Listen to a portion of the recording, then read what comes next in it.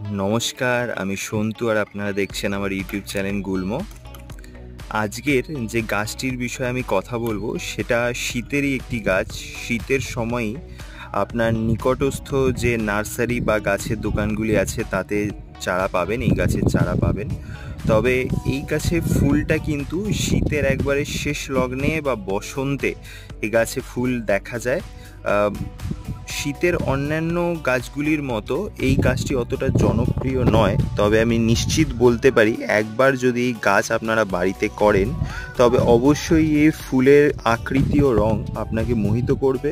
এবং শুধু আপনাকেই নয়, আপনি যখন এই গাছটি বাড়িতে এনে ছাদে লাগাবেন এবং আপনার আশেপাশের যাদের বাড়ি আছে, আপনার প্রতিবেশীরা, তারাও যখন আপনার ছাদে এই গাছটিকে দেখবে তারাও কিন্তু এই গাছের ফুল ও রঙে আকৃষ্ট হবে, মোহিত হবে।